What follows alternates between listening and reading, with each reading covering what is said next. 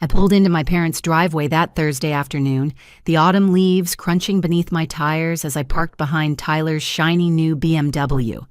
The familiar scent of roasted turkey and cinnamon rolls drifted from the house, bringing back memories of childhood Thanksgivings when I actually felt welcome. Walking through the front door, I greeted my relatives with forced smiles, noticing how conversations seemed to pause whenever I approached. When dinner was announced, I headed toward my usual spot at the dining room table, only to stop short. My chair was missing. Everyone else took their seats while I stood awkwardly by the kitchen doorway, confusion washing over me.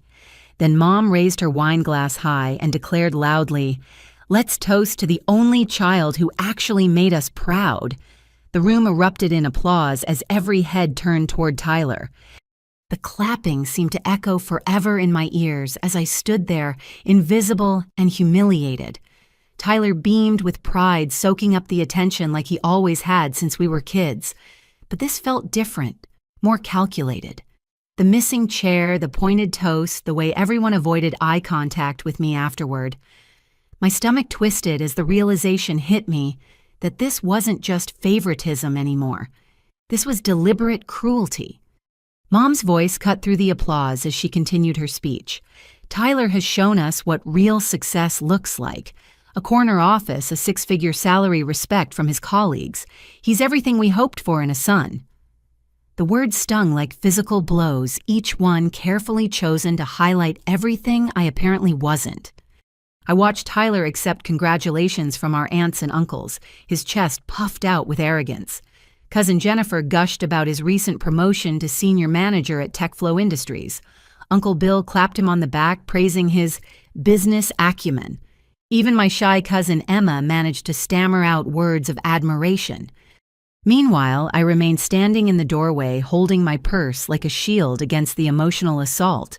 3 years of working at Harbor Light Homeless Services apparently meant nothing to them.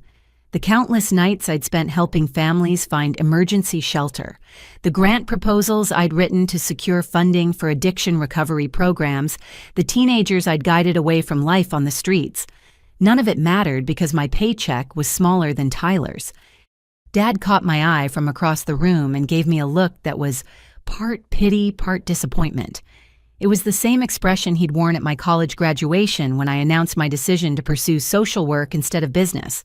The same look when I chose my modest apartment in the city's community service district over the suburban house he'd offered to help finance if I'd just reconsider my career path. The toast finally ended, but the damage was done. As everyone settled into their meals, chattering excitedly about Tyler's achievements, I felt completely erased from my own family's narrative. The woman who'd spent her adult life trying to make a difference in the world had been reduced to a cautionary tale of wasted potential. I took a shaky breath, knowing I had to say something or forever live with the regret of staying silent. The words came out steadier than I felt inside. "Thanks for finally saying it out loud." The room fell silent as I turned toward the front door, my heart pounding with a mixture of hurt and liberation. But as my hand reached for the doorknob, Dad's voice stopped me cold. "Wait," he called out, his tone carrying an edge I'd never heard before. "Tell them what you did." My hand froze on the doorknob as Dad's words hung in the air like a threat. The dining room had gone completely silent, the only sound coming from the grandfather clock in the hallway, ticking away the seconds of my confusion. I turned around slowly, searching Dad's face for some explanation, but finding only cold determination. "What are you talking about?" I asked, my voice barely above a whisper, but even as the question left my lips, I could see something darker happening here. The family members weren't looking confused by Dad's cryptic statement. Instead, they were watching me with a mixture of anticipation and what looked like prepared judgment. Mom set down her wine glass and stood up from Tyler's side, her expression shifting from celebratory to something much more sinister. "Oh, Haley," she said, shaking her head with mock disappointment. "Did you really think we wouldn't figure out what you've been trying to do?" The confusion must have shown clearly on my face because Tyler actually laughed out loud. "She has no idea we noticed she—" He looked around the table, enjoying some private joke that everyone else seemed to be in on except me. Aunt Patricia leaned forward in her chair, her voice dripping with false concern. "Honey, we understand that jealousy can make people do desperate things, but what you've been telling people about Tyler crosses a line." My stomach dropped. They were talking about the conversation I'd had with Tyler 3 weeks ago when I'd discovered those financial documents in his apartment. But how could they possibly know about that I'd been completely alone when I found those papers and I hadn't told a single soul except Tyler himself? "I don't know what you think you know," I started, but Mom cut me off with a sharp gesture. "Don't make this worse by lying, Haley. Tyler told us everything. How you went through his personal belongings when you were supposed to be helping him move. How you took pictures of private documents that you had no business looking at. How you tried to convince him that he'd done something wrong with his job." The room was spinning now. Tyler had twisted the entire story, making my discovery of his crimes sound like some kind of violation of his privacy. But worse than that, they were all believing him without question. Tyler stood up from his chair, putting on a performance of wounded innocence that was so convincing I almost doubted my own memory. "Haley, I know you're struggling with your career choices, but trying to sabotage mine isn't going to make you feel better about yourself." Sabotage. The word came out strangled. "Tyler, you know that's not what happened. You know what I actually found." But he was already shaking his head, his expression full of practiced hurt. "I've tried to be patient with you, Haley. I've tried to understand that seeing my success might be hard for you. But when you started making accusations about embezzlement and fraud, that's when it became impossible to ignore you." The family gasped collectively, their expressions shifting to horror, as if they were hearing about my accusations for the first time. But I could see in their faces that this entire scene had been rehearsed. They'd been planning this confrontation, waiting for the perfect moment to ambush me with their twisted version of events. Dad stepped closer to me, his voice taking on the authoritative tone he'd used when I was a child caught misbehaving. "Haley, these kinds of false accusations could destroy Tyler's reputation. They could ruin his career and his life. Do you understand how serious this is?" I looked around the room at the faces of people I'd known my entire life, searching for even one person who might be willing to hear my side of the story. But what I saw instead was a united front of disapproval and predetermined guilt. They'd already decided I was the villain in this narrative. "He showed us the documents you photographed." Mom continued, her voice getting stronger as she built momentum. "Financial reports from his company that you clearly didn't understand. You saw numbers and transactions that looked suspicious to someone without a business background, and instead of asking Tyler to explain them, you immediately assumed the worst." Tyler nodded sadly, playing his role perfectly. I tried to walk her through how corporate accounting works, how departmental budgets get transferred between accounts, but she was convinced she'd uncovered some kind of conspiracy. The manipulation was so complete, so perfectly orchestrated, that for a moment I questioned my own sanity. Had I misunderstood what I'd seen? Had my lack of business experience led me to jump to wrong conclusions? But then I remembered Marcus Thompson's face in the company photo Tyler had shown me weeks earlier, the family man who was being investigated for the very crimes Tyler had actually committed. The father of 3 who was facing prison time because my brother was letting him take the blame for embezzlement and fraud. "This isn't about jealousy," I said, finding my voice again. "This isn't about my career or my understanding of business. This is about right and wrong." Uncle Bill shook his head dismissively. "Haley, you work with homeless people and drug addicts. You see corruption and criminal behavior everywhere because that's your world. But you can't project that onto your brother's legitimate business success." The casual cruelty of his words hit me like a physical blow. They weren't just dismissing my concerns about Tyler's crimes. They were using my chosen profession, my dedication to helping society's most vulnerable, as evidence that my judgment was fundamentally flawed. Cousin Jennifer chimed in with practiced sympathy. "We're worried about you, Haley. This kind of paranoid thinking, these unfounded accusations against family members, it's not normal behavior." I realized then that they weren't just protecting Tyler. They were systematically destroying my credibility, making sure that anything I might say about his criminal activities would be dismissed as the delusions of an unstable woman who couldn't handle her brother's success. The trap was perfect, and I was standing right in the middle of it. Dad moved between me and the front door, his substantial frame blocking my escape route with deliberate precision. His expression had transformed from disappointment to something far more calculating, and I felt a chill run down my spine as I realized this confrontation was about to escalate beyond anything I could have imagined. "Before you storm out of here in one of your dramatic fits," he said, his voice carrying a coldness I'd never heard before, "there's something you need to understand about the consequences of your behavior." Mom rejoined the conversation from behind me, creating a sense of being surrounded that made my chest tighten with anxiety. "We've been hoping you'd come to your senses on your own, Haley, but clearly that's not going to happen." Tyler remained seated at the table, but his posture had changed.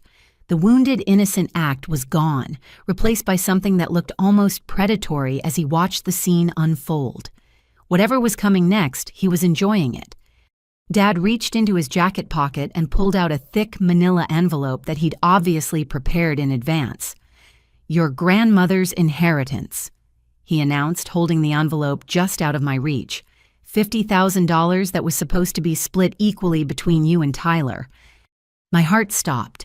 Grandma Helen had died 6 months ago, leaving specific instructions in her will that her savings should be divided between her 2 grandchildren. I'd been expecting the paperwork to be finalized soon, planning to use my portion to finally get out of my cramped apartment and maybe even pursue the graduate degree in social work administration I'd been dreaming about. "Was supposed to be," I repeated, though I was already dreading the answer. Dad's smile was completely devoid of warmth. "After Tyler's promotion and your recent behavior, your mother and I made the difficult decision to petition the estate attorney for a modification. We convinced Judge Harrison that Tyler has demonstrated the responsibility and maturity to handle the full inheritance, while you've shown a concerning pattern of instability and poor judgment." The words hit me like a physical assault. They'd stolen my inheritance, the one thing Grandma Helen had specifically wanted me to have. The woman who'd always believed in my work, who'd told me countless times that helping others was the most noble calling in the world, would be horrified to know her own family had used her money to punish me for doing exactly that. "That's illegal," I managed to whisper, though my voice was shaking with shock and rage. "You can't just change someone's will because you don't approve of their career choices." Mom laughed, actually laughed at my protest. "Oh, sweetie, when you have the right connections and a legitimate concern about a beneficiary's mental stability, it's easier than you might think." Tyler finally spoke up from his position at the table, his voice dripping with fake sympathy. "We have documentation of your erratic behavior, Haley. The accusations you've been making, your financial struggles, your inability to maintain stable relationships. Judge Harrison agreed that giving you access to that much money right now wouldn't be in your best interests." I stared at my brother, seeing him clearly for perhaps the first time in our lives. He wasn't just enjoying my humiliation, he was orchestrating it. Every word, every gesture was calculated to cause maximum psychological damage while maintaining his image as the concerned family member. But Dad wasn't finished. He held up the envelope again, this time with the air of someone offering a deal.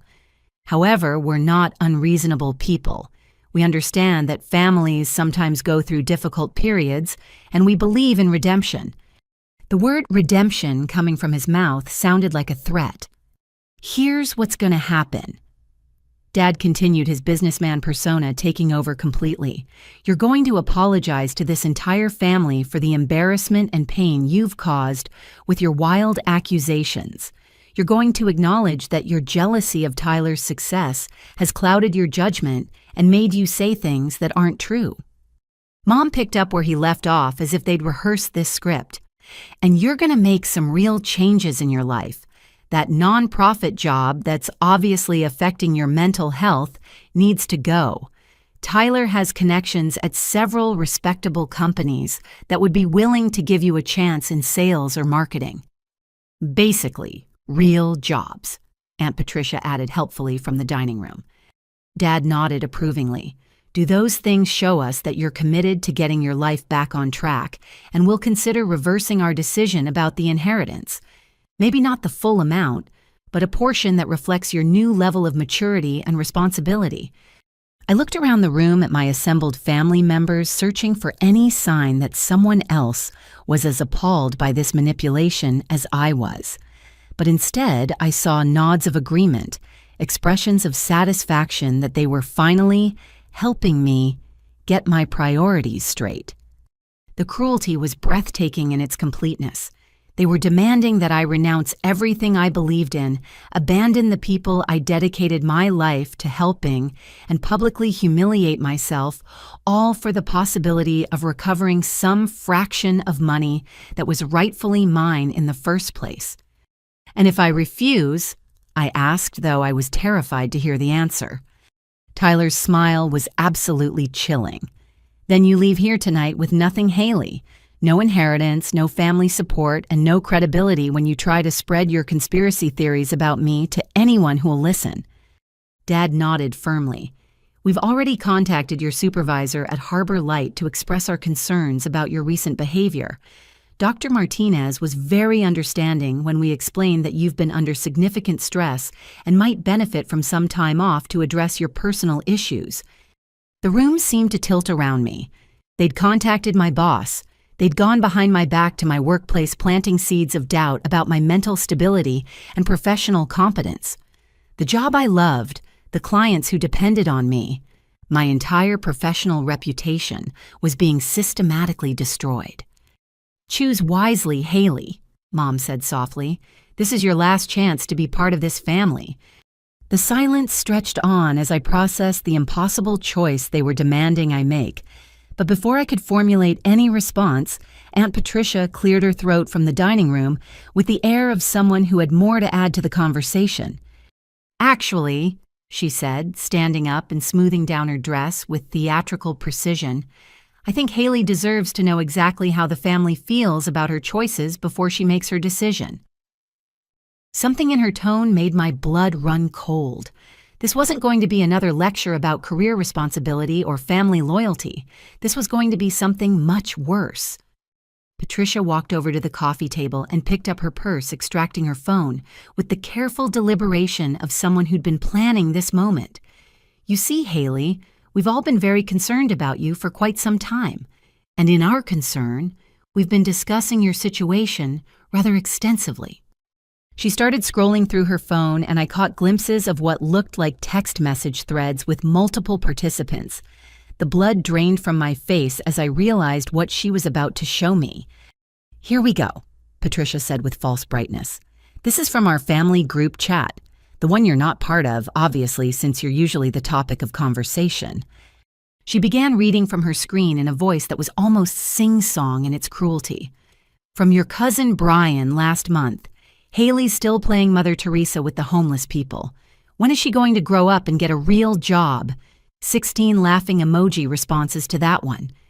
My legs felt weak. They had a family group chat that excluded me where they regularly mocked my life choices for entertainment. Patricia continued reading. From Uncle Bill, saw Haley at the grocery store today. Still driving that beat-up Honda and shopping with coupons. At 27 years old. Embarrassing. Your cousin Jennifer responded with, at least she's not asking us for money yet. Each word was like a knife twisting in my chest. These were people I'd grown up with, people I'd shared holidays and birthdays with, people I'd thought cared about me despite our differences. Oh, this one's particularly good, Patricia said, scrolling further. From Tyler himself. Haley tried to give me career advice today. A woman who makes $32,000 a year giving business advice to someone with a corner office. The delusion is real. That got 24 responses, mostly variations on delusional and out of touch with reality. I wanted to run to disappear, to wake up from this nightmare, but my feet seemed rooted to the floor. Tyler was watching my reaction with obvious satisfaction, not even pretending to be ashamed that his sister was learning about his betrayal in the cruelest way possible. Patricia wasn't finished. Here's a fun thread from last Christmas. The topic was Haley's dating life, or rather, the lack thereof. Cousin Emma wondered if you were secretly gay since you never bring anyone to family events. Tyler clarified that you're just too weird and intense about social justice for normal guys to handle.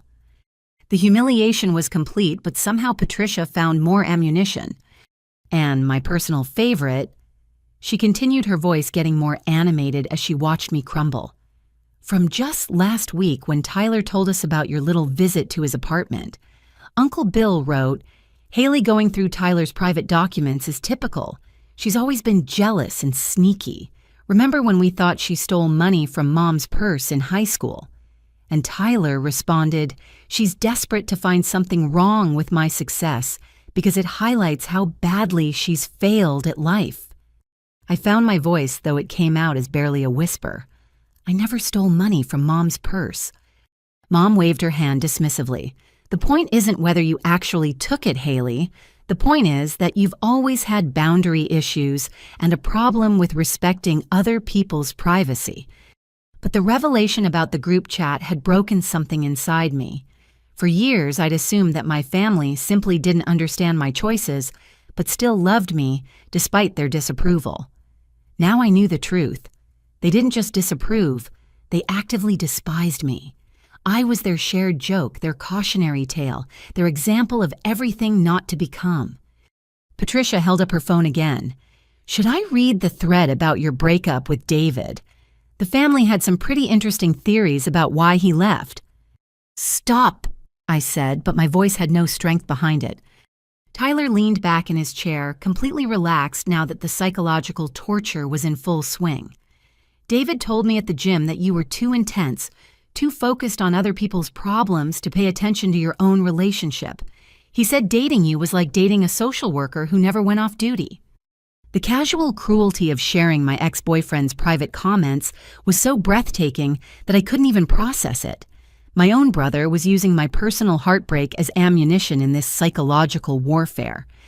Dad stepped closer to me, his voice taking on a patronizing tone that was somehow worse than outright hostility. "This is why we're trying to help you, Haley.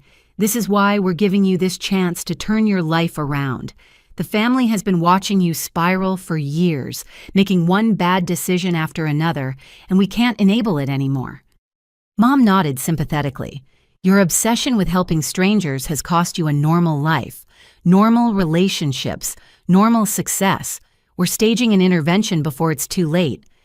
I looked around the room at the faces of people who'd just spent 10 minutes systematically destroying every shred of self-worth I'd managed to build over the years. They weren't trying to help me. They were trying to break me down so completely that I'd accept any alternative they offered just to make the pain stop. And the most terrifying part was that I could feel it working. The doubt was creeping in the voice in my head, wondering if maybe they were right. Maybe I had made a mess of my life. Maybe my dedication to helping others really was just a cover for my inability to succeed in the real world. "So, what's it going to be, Haley?" Tyler asked, his voice cutting through my internal crisis. "Are you going to keep pretending that you're some kind of hero, or are you going to admit that you need our help to become a functioning adult?" I stood there for what felt like hours but was probably only seconds, my mind reeling from the systematic destruction of every relationship I'd thought I could count on. The cruelty was so complete, so well orchestrated, that part of me was tempted to just surrender.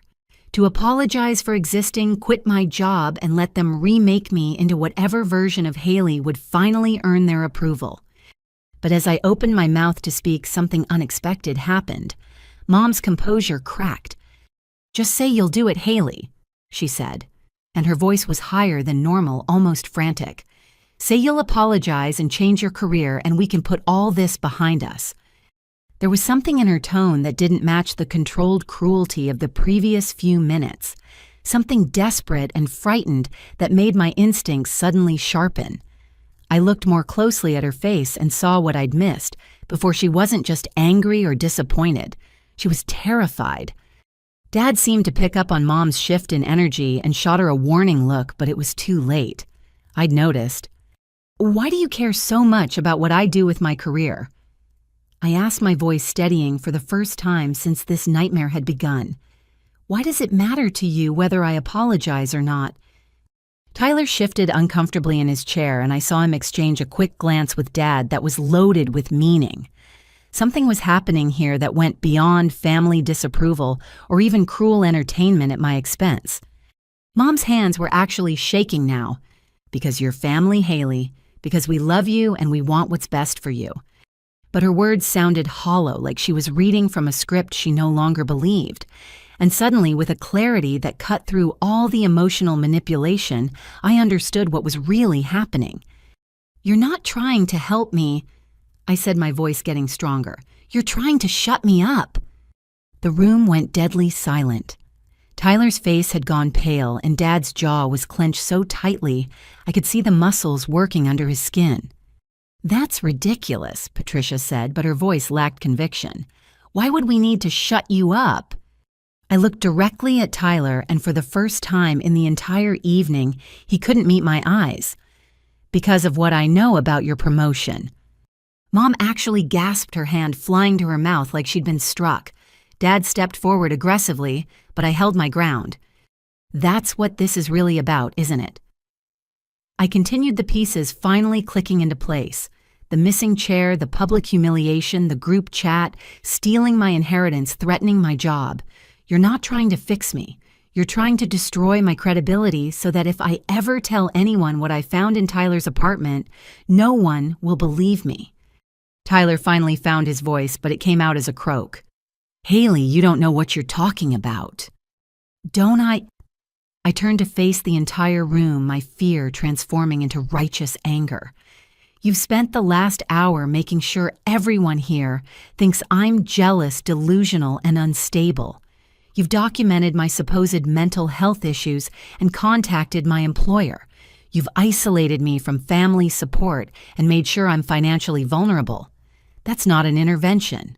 That's a cover-up." Mom was hyperventilating now, her breath coming in short gasps. "Sandra, calm down," Dad said sharply, but his own voice was strained with panic. "What exactly did you find?" Haley, Aunt Patricia asked her earlier, cruelty replaced by genuine concern. But I could see in her face that she was beginning to understand that this wasn't just about sibling rivalry anymore. Tyler stood up so quickly that his chair nearly toppled over. "She doesn't know anything," he said desperately. "She saw some financial documents she didn't understand and jumped to crazy conclusions. That's all this is." But his panic was confirming everything I suspected. I looked around the room at my family members, seeing the dawning realization on their faces that whatever Tyler had done, it was serious enough to orchestrate this elaborate psychological assault on his own sister. "Tell them, Tyler," I said quietly. "Tell them what you did to get that promotion." "Nothing," he said, but his voice was shaking now. "I earned that promotion. I worked for it." I reached into my purse and pulled out my phone. 3 weeks ago, when I'd found those documents at Tyler's apartment, I'd taken photos before he'd discovered me. I'd been so shocked by what I'd seen that I'd needed proof that I wasn't imagining things. Tyler's face went white when he saw my phone. "Haley, don't." But I was already scrolling through my photos, finding the images I'd hoped I'd never have to use. Bank account numbers, transfer authorizations, email communications with account codes that didn't match the official company records Tyler had shown me when I'd confronted him privately.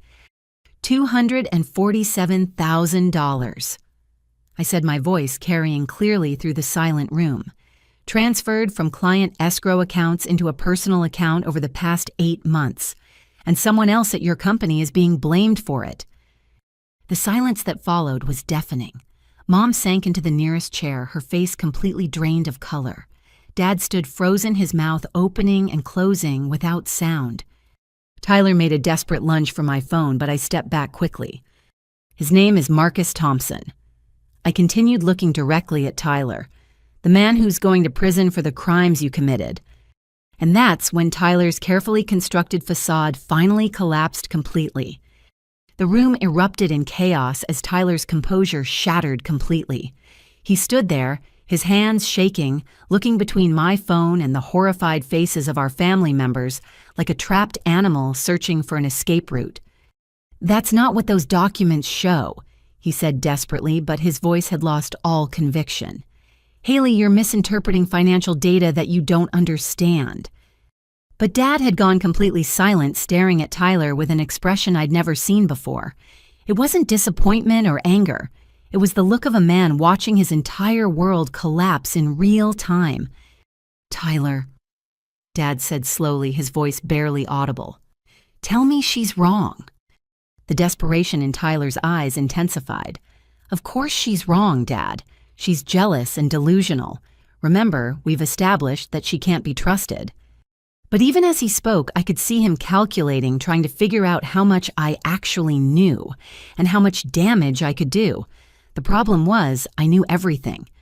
Those 3 weeks since I discovered the truth had given me plenty of time to research Marcus Thompson and understand exactly what Tyler had done to him.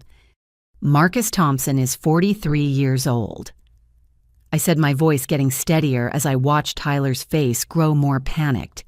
He has 3 children, Sarah, age 16, Michael, age 14, and little Emma, age 8. He's been with TechFlow Industries for 12 years, working his way up from junior accountant to department supervisor. He has an impeccable record, not a single disciplinary action in his entire career. Mom was staring at me now with an expression of growing horror. "How do you know all this?" Because when I confronted Tyler about the documents I'd found, he told me that Marcus was probably guilty of something anyway, and that guys like that always find a way to steal from their employers. I looked directly at Tyler. Guys like what Tyler's racism had always been subtle, hidden behind jokes and coded language. But in that moment of panic 3 weeks ago, his mask had slipped completely. He'd revealed exactly what he thought about his African-American colleague and why he'd found it so easy to frame him for crimes Tyler had committed himself. Aunt Patricia was shaking her head in disbelief. This can't be true. Tyler wouldn't do something like this. But I wasn't finished. The investigation started 6 months ago when a routine audit flagged unusual account activity. Marcus was the obvious suspect because he had access to the client accounts in question. Tyler made sure of that by recommending Marcus for expanded access privileges just weeks before he started stealing. Tyler tried one more desperate deflection. "Even if any of this were true, which it's not, how would you possibly know these details?" I looked at him with all the contempt I could muster. "Because I've spent the last 3 weeks researching everything I could find about the case. Public records, news articles, court filings. Did you know that Marcus's wife, Rebecca, had to take a second job cleaning offices at night because they can't afford a lawyer? Did you know that his oldest daughter, Sarah, had to quit the debate team because they can't pay for the travel expenses anymore?" The weight of what Tyler had done was settling over the room like a suffocating blanket. This wasn't just corporate embezzlement. This was the systematic destruction of an innocent family's life. Mom found her voice, though it came out as a whisper. "Tyler, please tell me this isn't true." But Tyler had moved past denial into damage control mode. "Okay," he said, his voice taking on a calculating tone. "Let's say hypothetically that there might be some irregularities in the account transfers. That doesn't prove anything except that the financial systems at my company need better oversight." Dad stepped forward, his business instincts finally kicking in. "Tyler, stop talking. Right now. If there's any truth to what Haley is saying, every word you say could be used against you."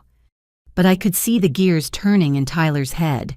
He wasn't thinking about protecting himself legally. He was thinking about how to spin this situation to minimize the damage to his reputation and career.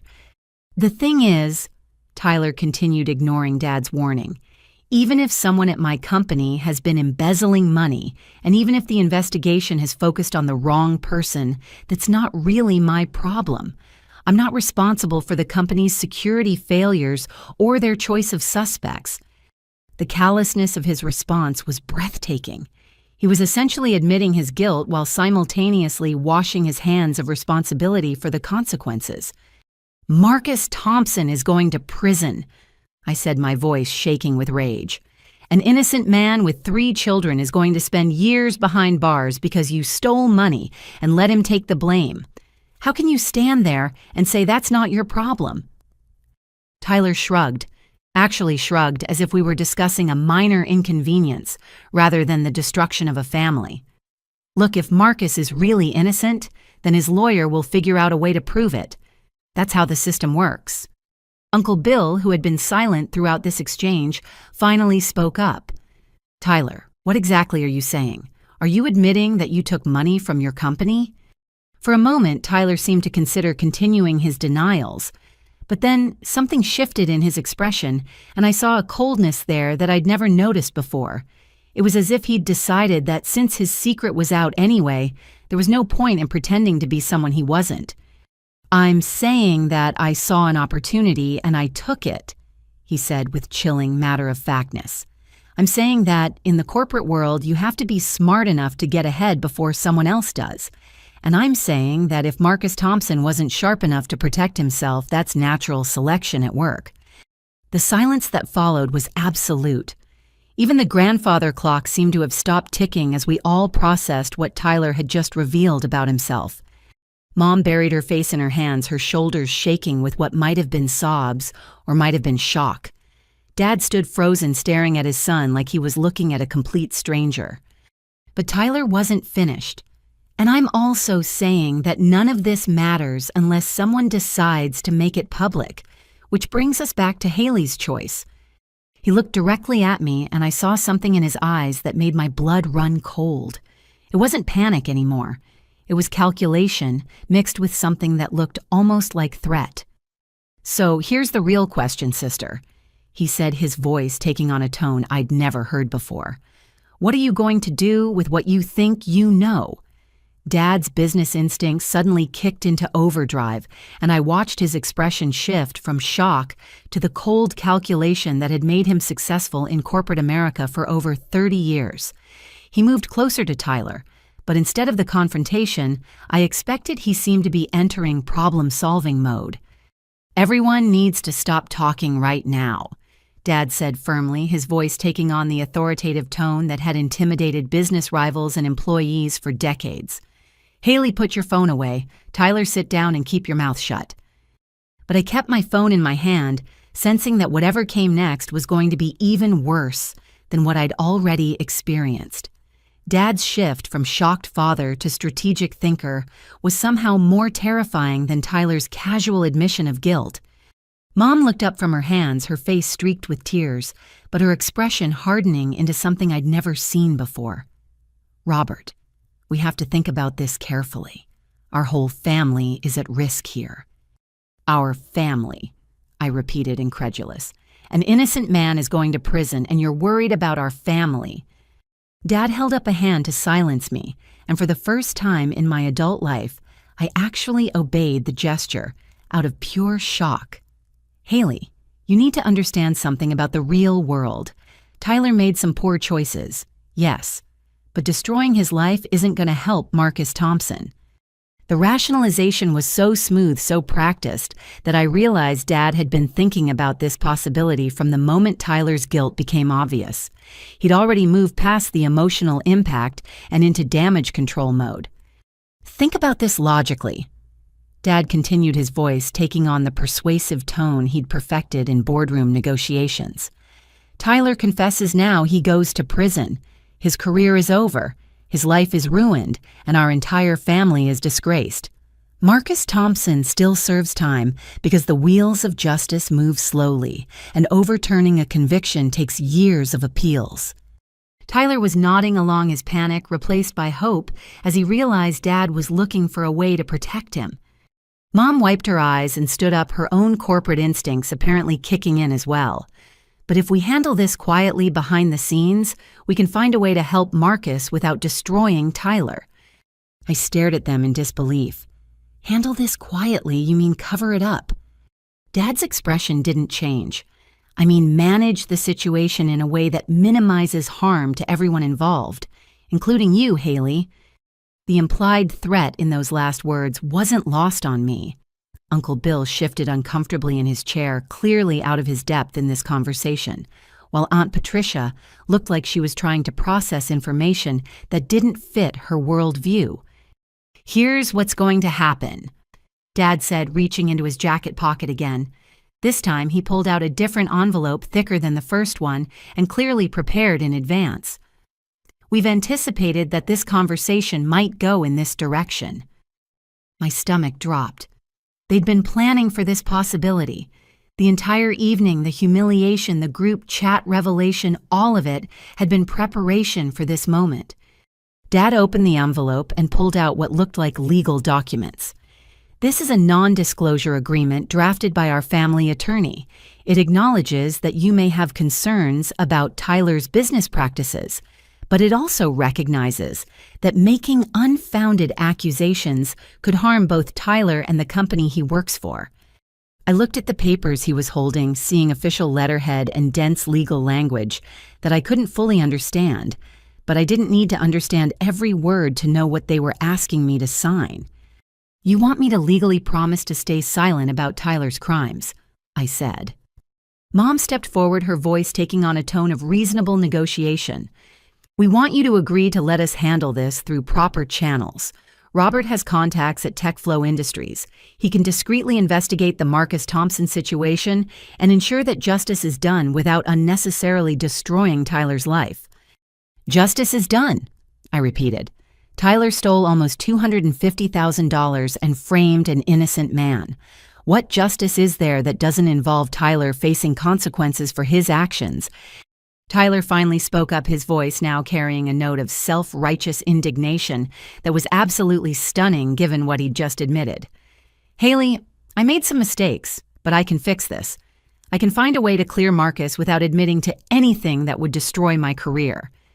The audacity was breathtaking. He wanted to play hero by clearing the man he'd framed while still protecting himself from the consequences of his crimes.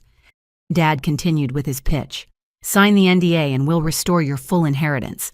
In fact, we'll double it. $100,000, Haley. Enough to pay off your student loans, buy a house, or even go back to school for that advanced degree you've always talked about." The bribe was substantial enough to solve most of my immediate financial problems, but the price was my integrity and Marcus Thompson's freedom. And if I refused to sign, I asked, though I suspected I already knew the answer. Dad's expression hardened. "Then you leave here tonight with nothing. No inheritance, no family support, and no credibility. We've already documented your unstable behavior and unfounded accusations against Tyler. If you try to go to authorities with your conspiracy theories, you'll find that your reputation has preceded you." Mom pulled out her own phone and showed me a screen I couldn't quite read from a distance.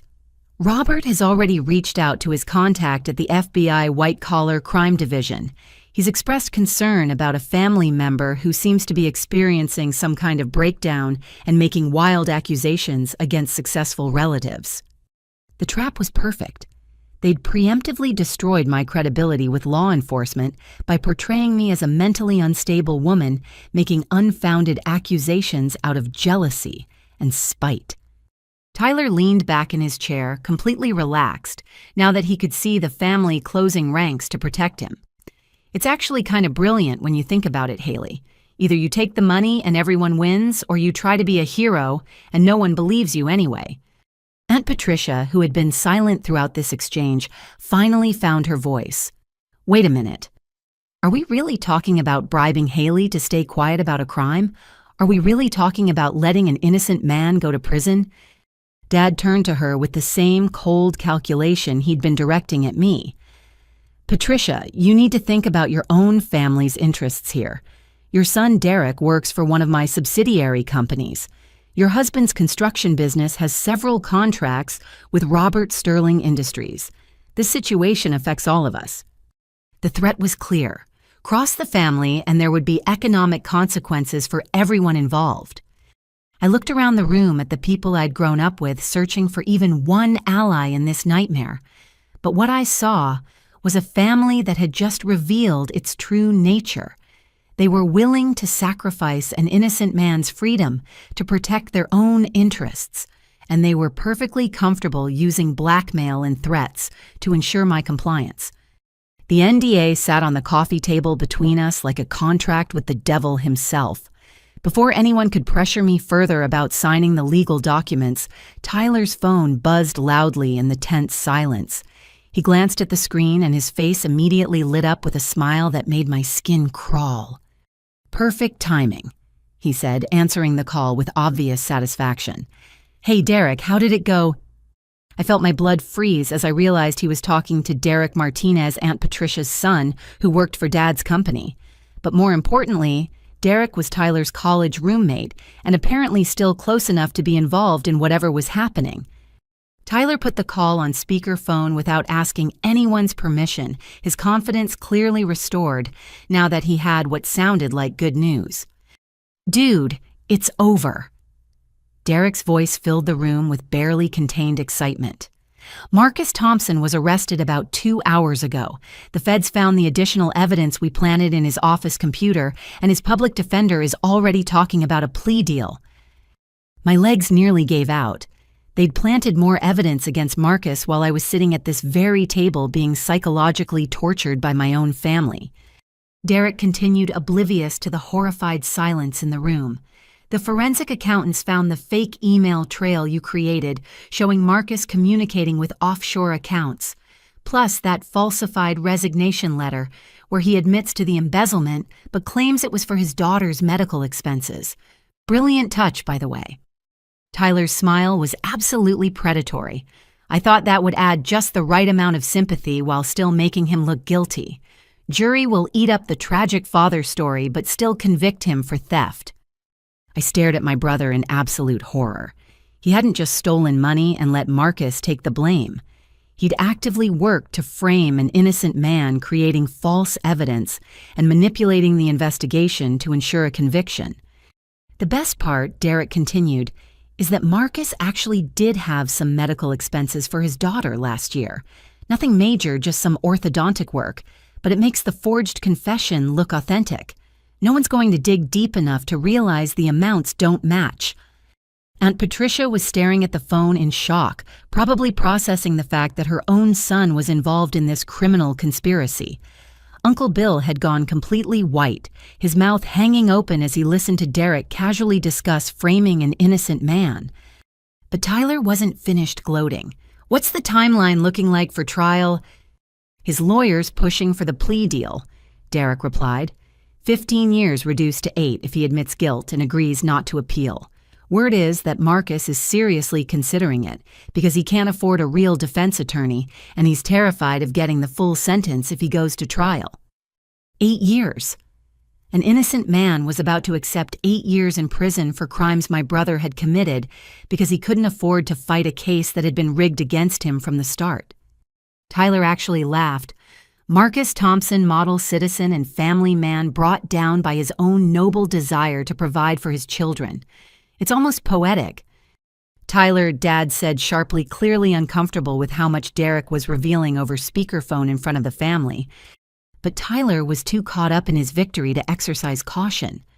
"The beautiful thing is that once Marcus takes the plea deal, the case is closed. No more investigation, no more forensic accounting, no more risk of anyone discovering the real source of the missing money." Derek's voice took on an even more celebratory tone. "And speaking of which, the final transfer went through this afternoon. The last of the money is now safely in the Cayman account, completely untraceable to either of us." My mind reeled. They were still actively stealing money while an innocent man sat in jail awaiting trial for their crimes. "How much total?" Tyler asked, as casually as if he were asking about the weather. "Just over 400,000 now," Derek replied proudly. "The beauty of having Marcus as the fall guy is that we can keep taking money right up until his trial, because everyone assumes he's been stealing for months anyway." $400,000. Tyler had let me believe the theft was limited to the $247,000 I'd seen evidence of, but they'd nearly doubled that amount while Marcus sat in jail.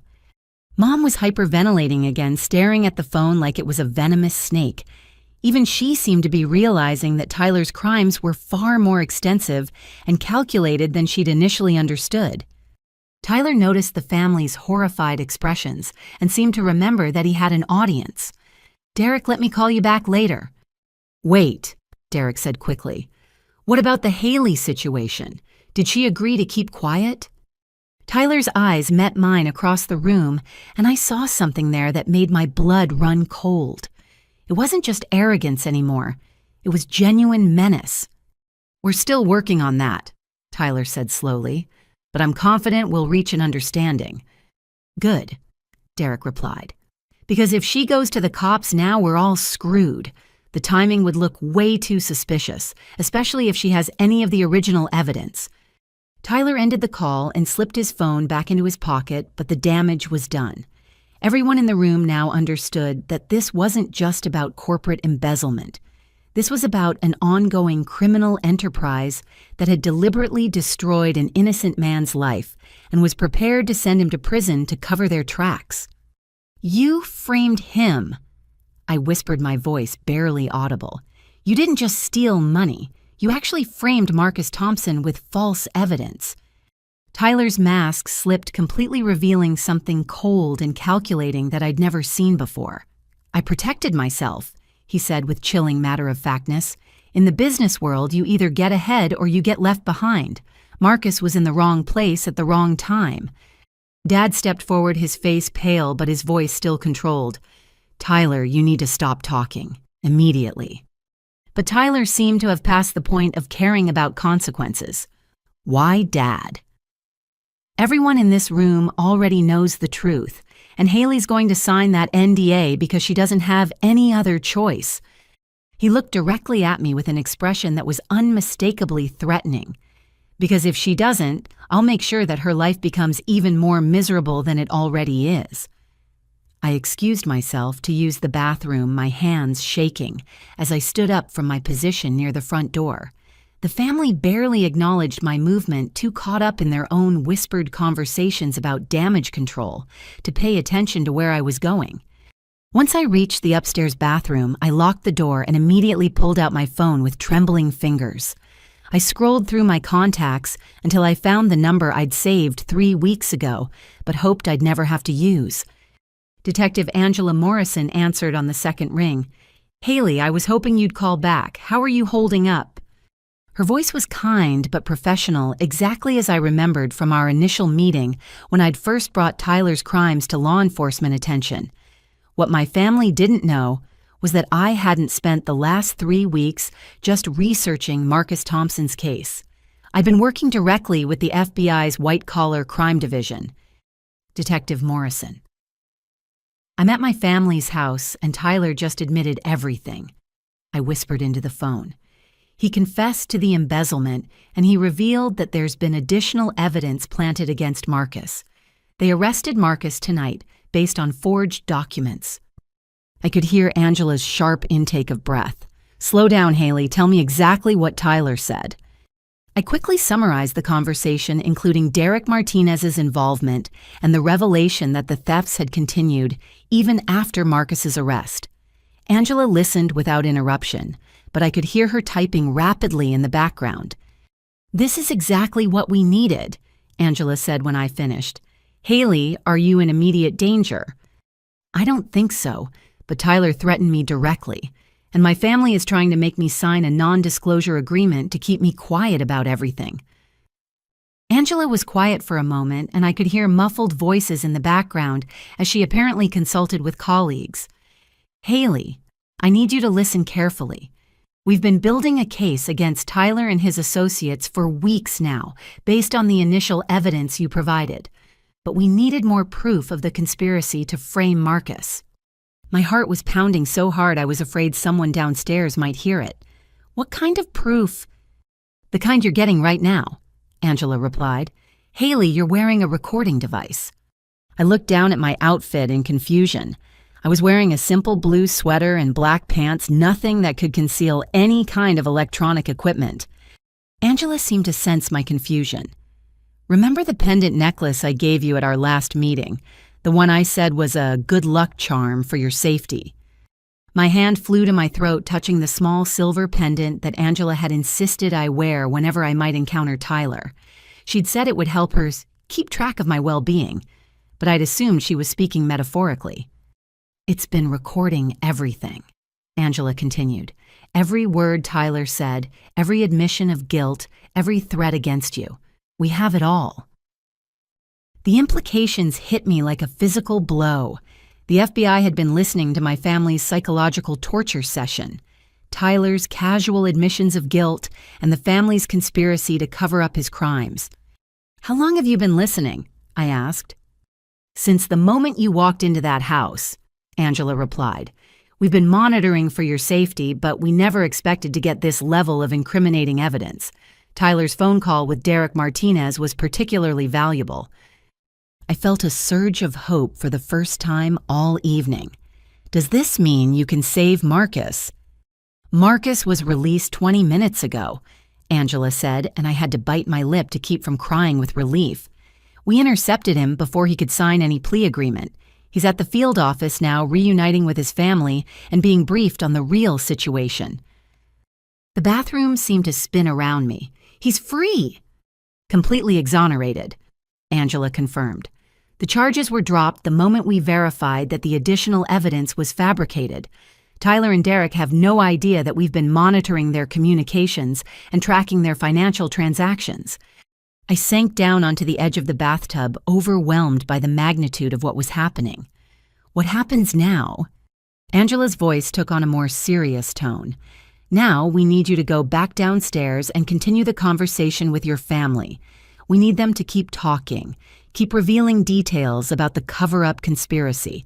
Can you do that?" The thought of facing Tyler again, knowing what he was capable of, made my stomach clench with fear. What if he gets suspicious? What if he realizes I'm working with you?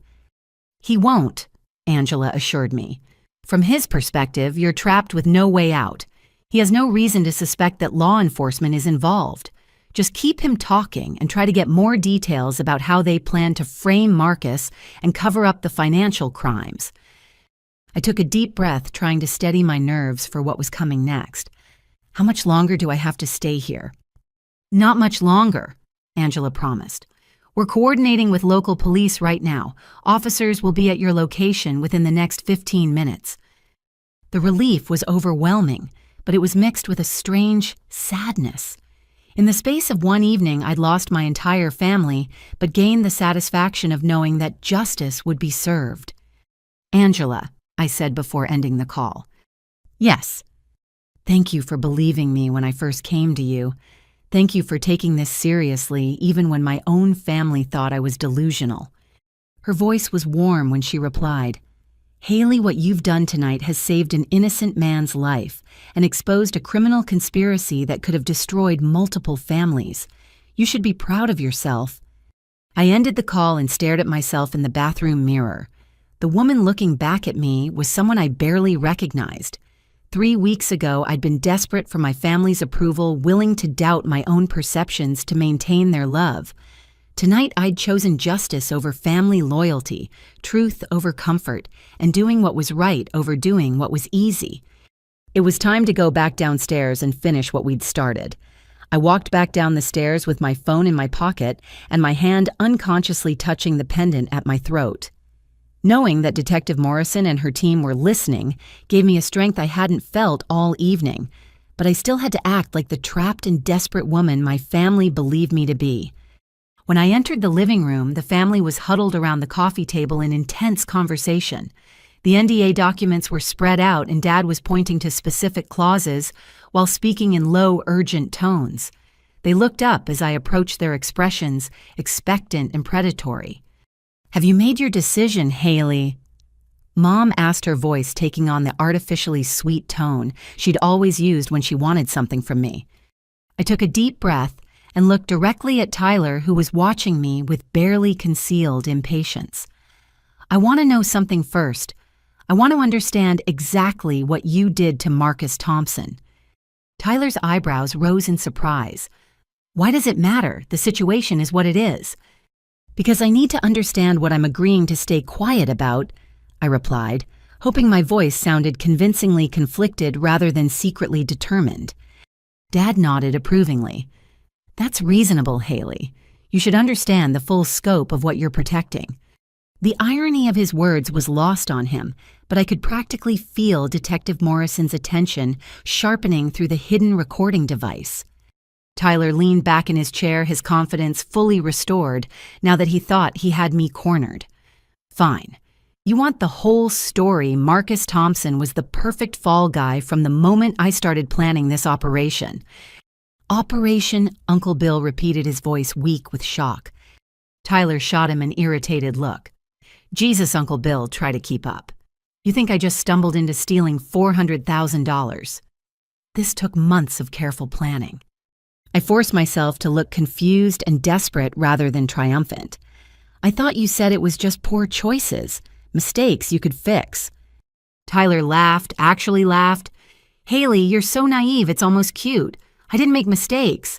I made strategic decisions. I identified a target, created an opportunity, and executed a plan. Mom was staring at her son like she was seeing him for the first time. Tyler, you're talking like a criminal. I'm talking like a successful businessman, Tyler corrected her sharply. The only difference between what I did and what happens in boardrooms every day is scale and paperwork. Dad cleared his throat uncomfortably. Son, maybe we should focus on solutions rather than details. But Tyler was on a roll now, clearly enjoying the opportunity to explain his cleverness to an audience he thought was powerless to stop him. Do you want to know the beautiful part about choosing Marcus? It wasn't just that he had access to the accounts. It was that he was the kind of person everyone would believe could steal money. What do you mean? I asked, though I was afraid I already knew. Tyler's smile was absolutely chilling. Come on, Haley. A 43-year-old black man with 3 kids and financial pressures. The investigators were practically looking for a reason to blame him before I even started planting evidence. Aunt Patricia gasped audibly. Tyler, that's horrible. That's realistic, Tyler shot back. I used the system's existing prejudices to my advantage. Marcus Thompson was always going to be the primary suspect once money started disappearing from accounts he managed. I felt physically sick listening to my brother casually discuss exploiting racial bias to frame an innocent man, but I forced myself to keep pushing for more information. But how did you actually frame him? I asked. How did you create evidence that made him look guilty? Tyler was clearly enjoying the opportunity to brag about his criminal ingenuity. It started small. I began transferring money from client accounts that Marcus had legitimate access to, but I made sure the digital trail pointed to his computer terminal. Then, I created fake emails from Marcus to offshore account managers discussing the transfers. Derek Martinez had been right about Tyler's attention to detail. Every aspect of the frame job had been carefully calculated to destroy Marcus's life while protecting Tyler. The medical expenses angle was Derek's idea, Tyler continued. We researched Marcus's family situation and discovered his daughter had needed some dental work last year. So we forged a letter where Marcus confessed to the embezzlement, but claimed he did it because he was desperate to pay for his child's medical treatment. Mom was crying now, tears streaming down her face as she listened to her son describe the systematic destruction of an innocent family. How could you do this to someone with children? Tyler shrugged with terrifying indifference. How could I not? Marcus Thompson's family problems aren't my responsibility. My responsibility is to myself and my own success. Success built on destroying other people's lives. I said, my voice shaking with rage. Success built on being smarter than other people, Tyler corrected. Marcus Thompson trusted a system that was designed to fail people like him. I just helped it along. Dad was shaking his head in disbelief. Tyler, this isn't business strategy. This is sociopathic behavior. Tyler's expression hardened. Don't lecture me about sociopathic behavior, Dad. You've spent 30 years climbing over competitors and exploiting workers to build your company. The only difference is that your methods are legal. The comparison was obviously painful for Dad, who'd always prided himself on his business ethics, despite his obvious ruthlessness in family matters. And what happens when Marcus refuses to take the plea deal? I asked. What if he insists on fighting the charges? Tyler's smile returned, but it was colder now. Then he goes to trial with a public defender against a prosecution team that has months of fabricated evidence and expert witnesses who'll testify about financial irregularities that I created specifically to implicate him. He'll be convicted, I said, though it wasn't really a question. He'll be destroyed, Tyler replied with satisfaction. 15 to 20 years in federal prison, his family financially ruined his children, growing up with a father they believe is a criminal. By the time he gets out, his life will be completely over. The casual cruelty was breathtaking, but I could see that even my family members were beginning to understand the true scope of what Tyler had done. And if I refused to sign the NDA, I asked, gesturing toward the legal documents on the coffee table. Tyler's expression shifted again, becoming openly threatening for the first time. Then I'll make sure your life becomes just as miserable as Marcus Thompson's was going to be. The mask was completely off now. Tyler wasn't just a thief or even just a man who'd made poor choices under pressure. He was someone who enjoyed causing pain and felt no remorse for destroying innocent lives. How? I asked, knowing that Detective Morrison needed to hear him spell out his threats. Tyler stood up, moving closer to me with deliberate intimidation. I have connections throughout this city's non-profit sector, Haley. One phone call from Dad to the right board members and your precious Harbor Light will suddenly discover that they can't afford to keep you on staff. Dad shifted uncomfortably but didn't contradict Tyler's claim. I can make sure you never work in social services again. Tyler continued, his voice getting louder and more aggressive. I can destroy your professional reputation the same way I destroyed Marcus Thompson's. By the time I'm done with you, no one will hire you for anything more challenging than serving coffee. Mom tried to interrupt. Tyler threatening your sister isn't necessary. But Tyler was beyond caring about family dynamics now. It's absolutely necessary, Mom. Haley needs to understand that crossing me has consequences, real consequences that will follow her for the rest of her life. He was close enough now that I could smell his cologne and see the cold calculation in his eyes. Sign the papers, Haley. Take the money. Keep your mouth shut. Or spend the next decade learning what it feels like to have your life systematically destroyed by someone with the power and connections to make it happen. The threat was clear, direct, and recorded. Detective Morrison had everything she needed. It was time for this nightmare to end. I looked Tyler directly in the eyes, feeling a surge of courage that came from knowing the truth was about to set everyone free. You know what, Tyler? I think I understand now. His smile widened clearly, interpreting my words as surrender. I knew you'd see reason eventually. You're not stupid, Haley, just idealistic. Mom wiped her eyes with obvious relief. This is the right choice, honey. We can put all this ugliness behind us and move forward as a family. I nodded slowly, reaching for the NDA documents on the coffee table. Tyler's satisfaction was palpable as he watched me pick up the papers, clearly believing he'd won another victory through intimidation and manipulation. The thing is, I said, still holding the documents, I did learn something important tonight. I learned that sometimes the people who claim to love you are actually your worst enemies. Tyler's expression shifted slightly, sensing that something wasn't quite right. Haley, just sign the papers so we can move on. I set the documents back down without signing them. I also learned that sometimes doing the right thing means losing everything you thought mattered to you. Dad stepped forward, his voice taking on a warning tone. Haley, don't make a decision you'll regret for the rest of your life. That's when we heard the sound of car doors slamming outside, followed by heavy footsteps on the front porch. Tyler's head snapped toward the window, his face going pale as he saw the flashing lights of multiple police vehicles in the driveway. What the hell? He whispered, moving toward the window to get a better look. The doorbell rang, followed immediately by a firm knock and a voice that carried clearly through the house. FBI, we have a warrant. The room erupted in chaos.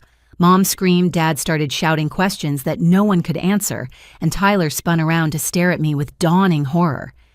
You called them, he said, his voice barely audible above the commotion. You actually called the police. I reached up and touched the pendant at my throat, making sure he could see the gesture. "Tyler, meet Detective Angela Morrison. She's been listening to every word you've said tonight." The front door opened and Detective Morrison entered with 4 other agents, all wearing FBI windbreakers and displaying their badges prominently. Angela's expression was professional, but I could see the satisfaction in her eyes as she took in the scene.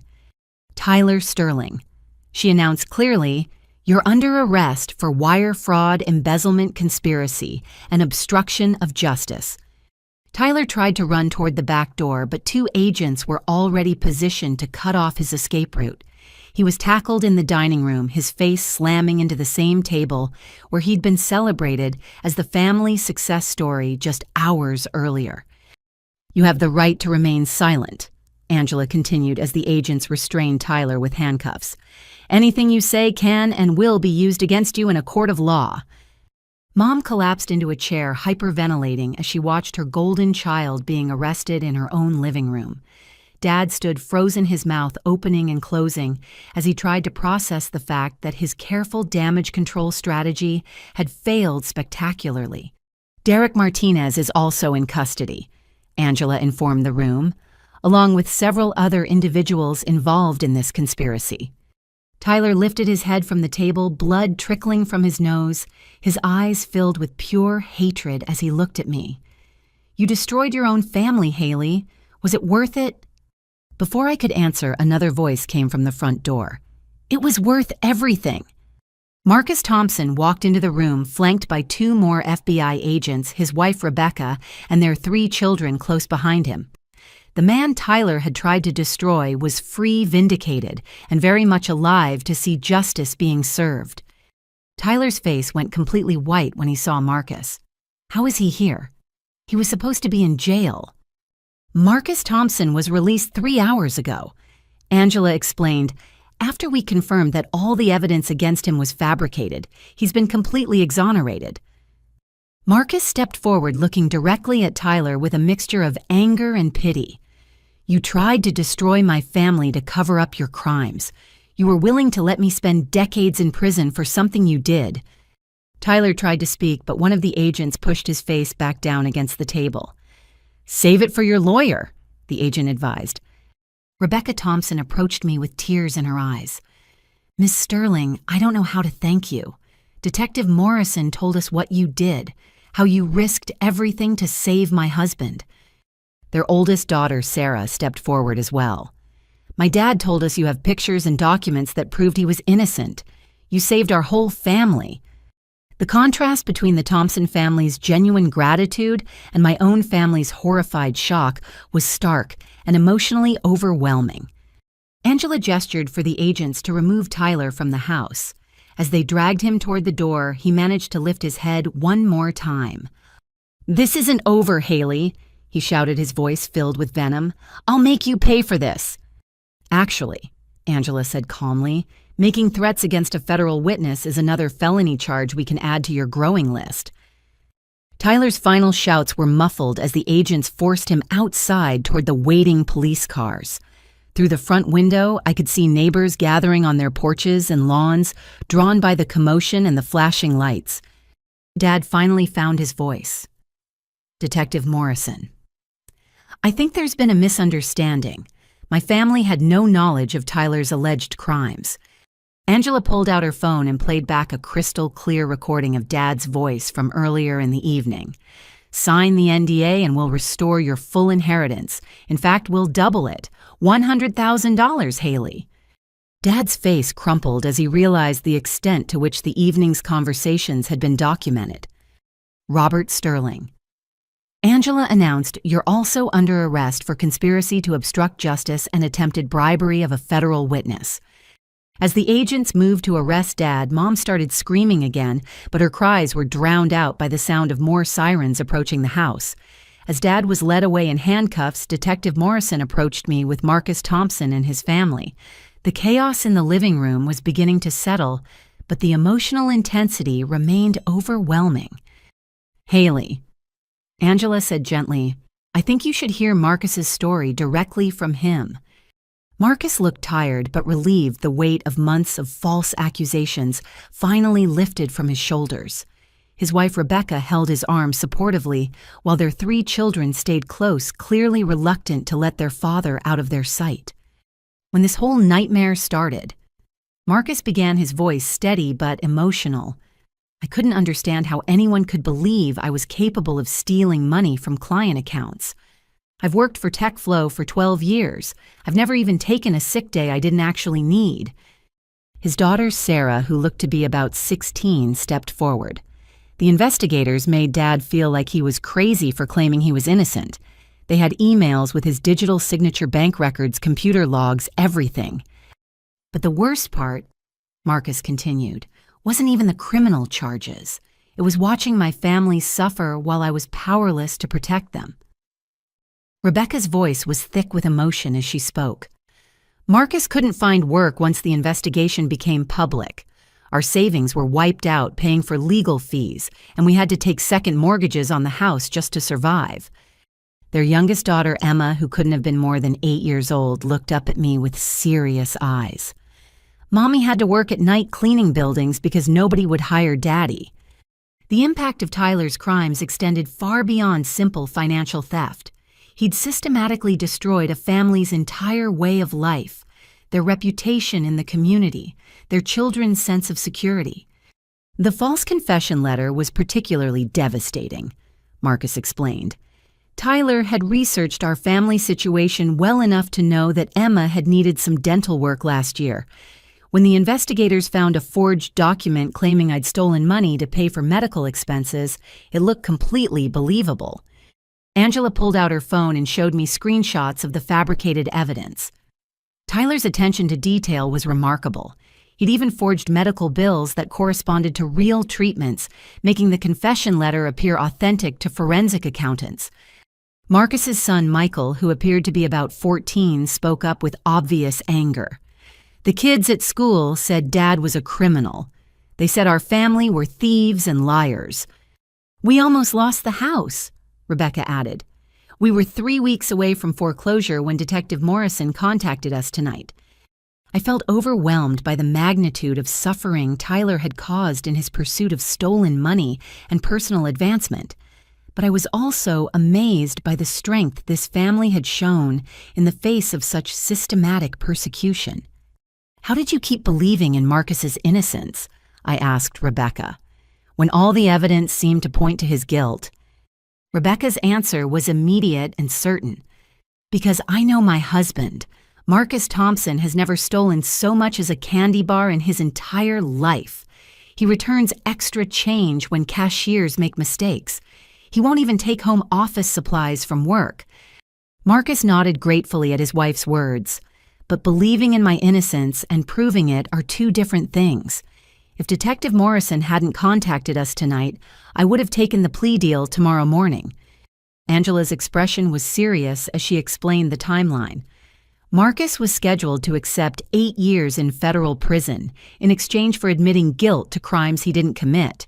The fabricated evidence was so convincing that even his court-appointed attorney was recommending the plea bargain. Sarah Thompson looked at me with tears in her eyes. You saved my dad's life. If he'd gone to prison, our family would have been destroyed forever. Young Emma nodded solemnly. Daddy would have missed my whole childhood. Marcus stepped forward and extended his hand to me. Haley, I don't know how to thank someone for giving me back my freedom, my reputation, and my future with my children. I shook his hand, feeling the calluses from whatever manual labor he'd been forced to take when his career in corporate finance was destroyed by Tyler's lies. You don't need to thank me, I said, my voice shaky with emotion.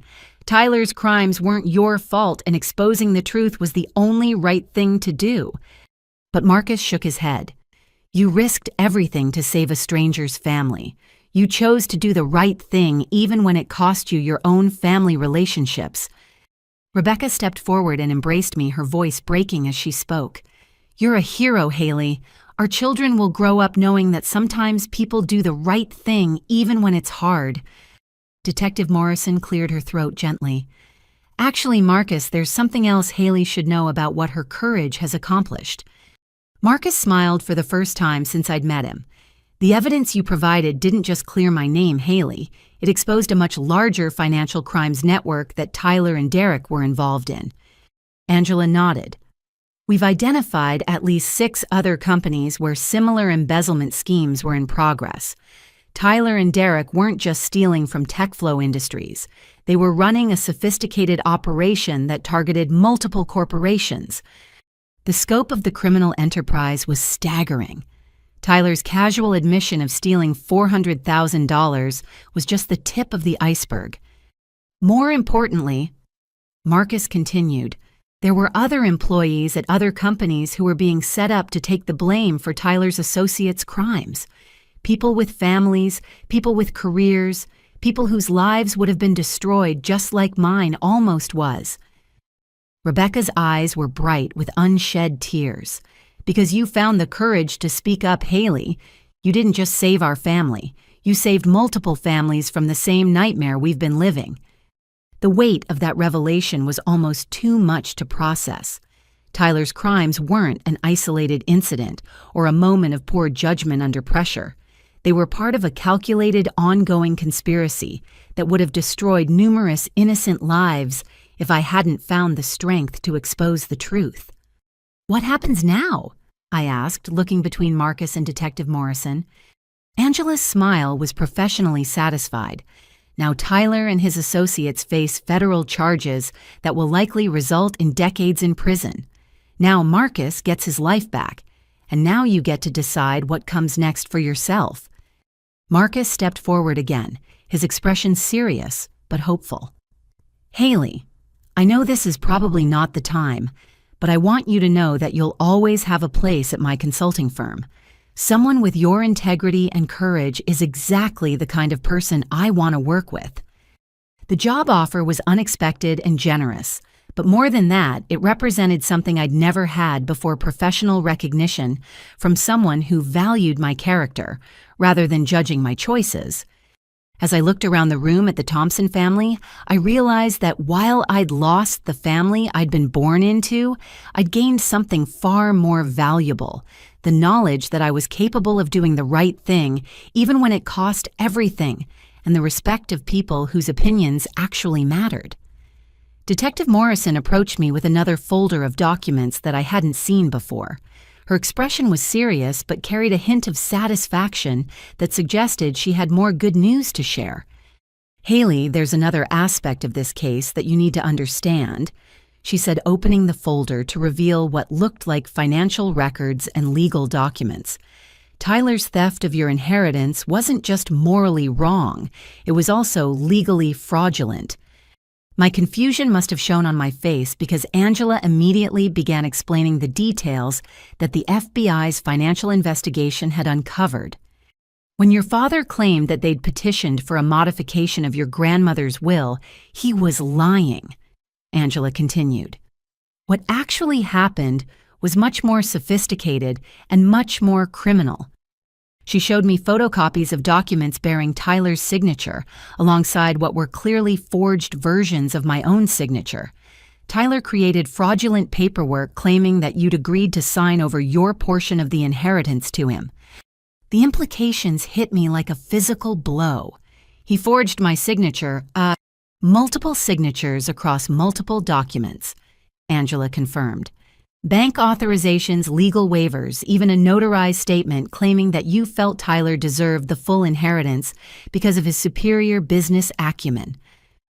Marcus Thompson stepped closer to look at the documents, his expression darkening as he recognized the sophisticated level of fraud involved.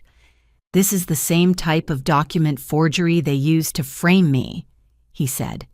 Tyler's been using these techniques for a long time. Angela nodded grimly. The investigation has revealed that Tyler's been forging signatures and creating false documents for at least 2 years. Your inheritance was just one of many fraudulent schemes he's been running. But she wasn't finished with her revelations. However, there's something else you should know about your grandmother's will, something your family apparently never told you.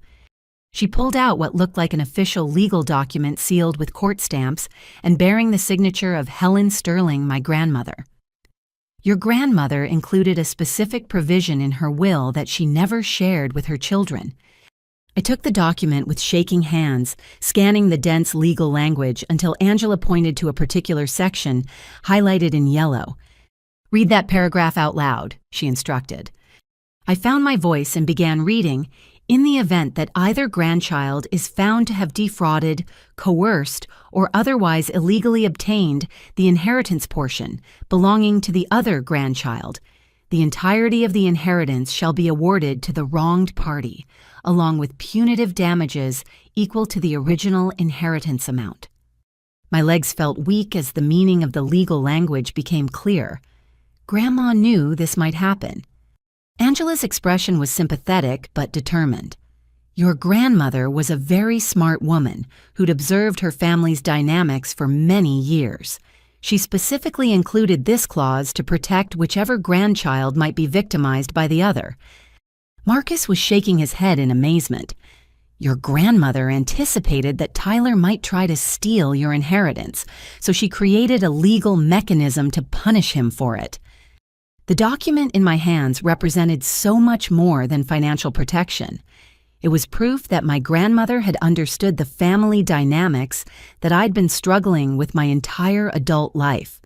She'd seen Tyler's character clearly and had taken steps to protect me from his manipulation. What does this mean in practical terms? I asked, though I was beginning to understand the answer. Angela pulled out a final document, this one, bearing recent court stamps and official seals. "It means that as of this afternoon, you are the sole beneficiary of Helen Sterling's entire estate. $50,000 in the original inheritance, plus $50,000 in punitive damages, plus accrued interest over the past 6 months. $106,000, I whispered, staring at the court order that made the judgment official. But Angela wasn't finished. There's also the matter of the stolen funds that Tyler had already transferred to his personal accounts using the forged documents. Those transfers are being reversed, and Tyler will be responsible for additional penalties and legal fees. Marcus's wife, Rebecca, stepped forward, her voice filled with wonder. Your grandmother protected you even after she was gone. I thought about the countless conversations I'd had with Grandma Helen about my work with homeless populations, about my commitment to helping people who couldn't help themselves. She'd always listened without judgment, always supported my choices even when the rest of the family disapproved. She believed in what I was doing. I said more to myself than to anyone else. She understood why my work mattered even when everyone else thought I was wasting my potential. Angela nodded. According to her attorney, Helen Sterling specifically mentioned your dedication to social justice work when she was drafting this clause. She wanted to make sure that if your family ever tried to punish you for your career choices, you'd have the financial independence to continue following your principles. The emotional impact was overwhelming. My grandmother had given me far more than money. She'd given me validation, protection, and the freedom to continue fighting for what I believed in without fear of financial manipulation from family members. There's one more thing, Angela said, her tone shifting to something more official. Because Tyler used fraudulent documents to steal your inheritance, and because that theft was connected to his other financial crimes, you're entitled to additional compensation from the Federal Restitution Fund. She handed me yet another document, this one, estimating the value of damages I'd suffered as a result of Tyler's criminal conspiracy. We estimate that Tyler's actions cost you approximately $25,000 in legal fees, lost opportunities, and emotional distress. That amount will be included in his restitution requirements. I stared at the number on the page, hardly able to process that my financial struggles were about to end completely. More than that, the money represented something I'd never had before, true independence from family manipulation and the freedom to make choices based on my values rather than my financial desperation. What about the house? I asked, thinking about my parents' expensive home and lifestyle that Tyler's phone call had revealed was funded by stolen money. Angela's expression was grimly satisfied. All assets purchased with proceeds from Tyler's criminal activities are subject to forfeiture. Your parents' house, cars, and other major purchases from the past 2 years will be seized and sold to provide restitution to Tyler's victims. The justice was comprehensive and devastating. The family members who had spent the evening humiliating me for my modest lifestyle were about to lose everything they'd gained through criminal activity. Marcus stepped forward again, his expression serious but hopeful. "Haley, that job offer I mentioned earlier. With your inheritance and the restitution money, you'll have the financial freedom to pursue whatever career path you want. But I hope you'll consider joining my consulting firm as a partner rather than just an employee." The offer was generous beyond anything I could have imagined. But more than that, it represented the respect and professional recognition that I'd never received from my own family. As I looked around the room at the faces of people who valued integrity over wealth and justice over family loyalty, I realized that losing my biological family had led to finding something far more valuable: a chosen family built on shared values and mutual respect. Over the following weeks, I watched from a distance as the full scope of the criminal investigation unfolded, and the consequences for my family became clear. Detective Morrison kept me informed of developments both as a witness in the federal case and as someone who deserved to understand the complete aftermath of the night that had changed everything. Tyler's arrest had been just the beginning. Within 48 hours, federal agents had executed search warrants on his apartment, his office, and my parents' house. What they found exceeded even the FBI's expectations for the scope of the criminal enterprise. Tyler kept meticulous records. Angela explained during one of our regular check-ins. He documented every fraudulent transaction, every forged document, every step of the conspiracy. It's like he was proud of his criminal achievements and wanted to preserve them for posterity. The evidence included detailed spreadsheets showing stolen funds from multiple companies, photographs of employees who were being set up as scapegoats, and even recordings of conversations where Tyler and Derek discussed their methods for framing innocent people. But the most damaging evidence was Tyler's personal journal, where he'd written extensively about his criminal philosophy and his enjoyment of destroying other people's lives. "Some of the entries are genuinely disturbing," Angela told me. Tyler wrote about Marcus Thompson's family in detail, describing how satisfying it was to watch them struggle financially while he lived off the money he'd stolen from Marcus's accounts. The journal also contained detailed plans for expanding the criminal operation to other cities, recruiting additional accomplices, and developing new methods for embezzling money while avoiding detection.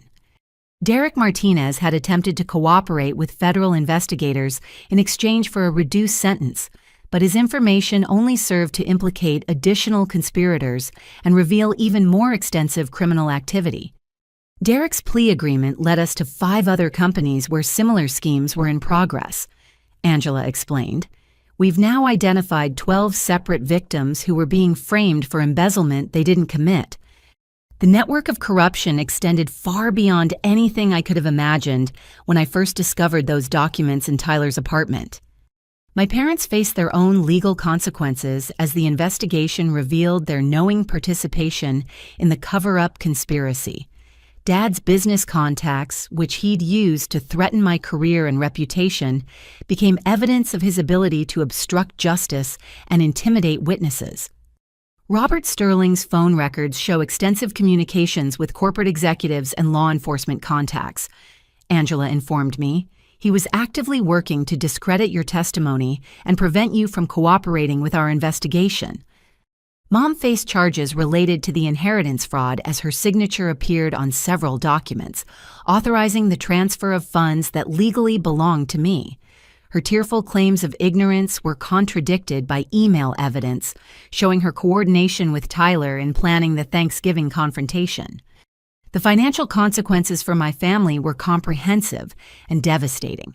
Federal asset forfeiture laws allowed investigators to seize anything purchased with proceeds from Tyler's criminal activities, which included virtually every major asset my parents had acquired in the previous 3 years. The house where I'd been humiliated and threatened was sold at auction to pay restitution to Tyler's victims. My parents' luxury cars, expensive furniture, and even Mom's jewelry collection were liquidated to fund the federal restitution program. Your parents will be left with basic transportation and a modest apartment, Angela explained. They're not going to be homeless, but their lifestyle of living off stolen money is definitely over. Tyler himself received a sentence of 12 years in federal prison, along with restitution requirements that would follow him for the rest of his life. Even after serving his sentence, he would be required to pay damages to his victims until the full amount was satisfied. Derek Martinez received 8 years, while several other conspirators received sentences ranging from 2 to 6 years, depending on their level of involvement. But perhaps the most satisfying aspect of the legal consequences was the public nature of the criminal convictions. The local newspaper covered the case extensively, detailing how a successful businessman had systematically destroyed innocent families for personal gain. The same relatives who had participated in humiliating me at Thanksgiving dinner were now dealing with the social consequences of their association with federal criminals. Aunt Patricia lost her position on the hospital charity board when her involvement in the cover-up became public knowledge. Uncle Bill's construction business suffered significant losses as clients distanced themselves from the family scandal. The group chat where family members had mocked my life choices became evidence in the federal obstruction of justice case, as prosecutors used the messages to demonstrate the coordinated effort to discredit my testimony. The irony is remarkable. Detective Morrison observed during one of our conversations. They spent years mocking your modest lifestyle and career choices, but their pursuit of wealth and status led them to criminal activity that cost them everything. The family members who had dismissed my $32,000 salary as embarrassingly small were now facing bankruptcy, unemployment, and social ostracism. But beyond the legal and financial consequences, the most significant result was the complete dissolution of the family structure that had defined my entire life. The people who had demanded my loyalty and obedience were revealed to be criminals and conspirators who had never deserved either. "Have any of them attempted to contact you?" Angela asked during one of our final official meetings. I nodded sadly. Mom calls occasionally, usually crying and asking for money to help with legal fees. Tyler sent letters from prison claiming that I'm the real villain for destroying the family. "And how do you feel about those contacts?" I thought about the question for a moment before answering.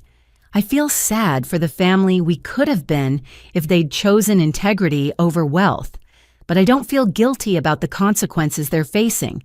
They made their choices, and they're experiencing the results of those choices. The transformation in my own life had been just as dramatic, but in the opposite direction. The inheritance money had allowed me to move into a beautiful apartment and pursue the graduate degree in social work administration that I'd always dreamed about. More importantly, my partnership with Marcus Thompson's consulting firm had given me the opportunity to develop programs that helped other victims of white-collar crime navigate the legal system and rebuild their lives. Justice, I realized, doesn't always look like punishment. Sometimes it looks like people getting the opportunities to become who they were meant to be. 6 months after that devastating Thanksgiving dinner, I stood in the conference room of Thompson & Associates looking out at a group of clients whose lives had been forever changed by white-collar crime. The consulting firm that Marcus and I had built together had become something neither of us had initially envisioned: a comprehensive support system for families destroyed by financial fraud and corporate corruption. Today marks the launch of the Justice Recovery Program. I announced to the assembled group of victims, advocates, and legal professionals. This initiative will provide free legal support, financial counseling, and emotional resources to families who've been targeted by embezzlement and fraud schemes. The program was funded by a combination of federal grants, private donations, and my own inheritance money. What had started as my grandmother's $50,000 gift had grown into a $250,000 foundation dedicated to helping people like Marcus's family rebuild their lives after criminal victimization. Marcus stood beside me, his own transformation remarkable to witness. The man who'd been facing prison 6 months earlier was now a respected advocate for corporate accountability and criminal justice reform. Haley's courage didn't just save my family, he told the assembled group. It exposed a criminal network that was destroying families across 3 states.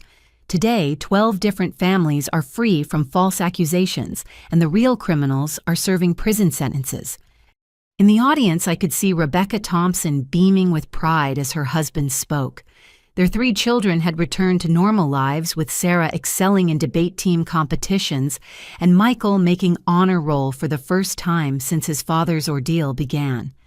Little Emma had started laughing again, the carefree joy of childhood restored now that her family was safe. The consulting firm had grown beyond our initial expectations.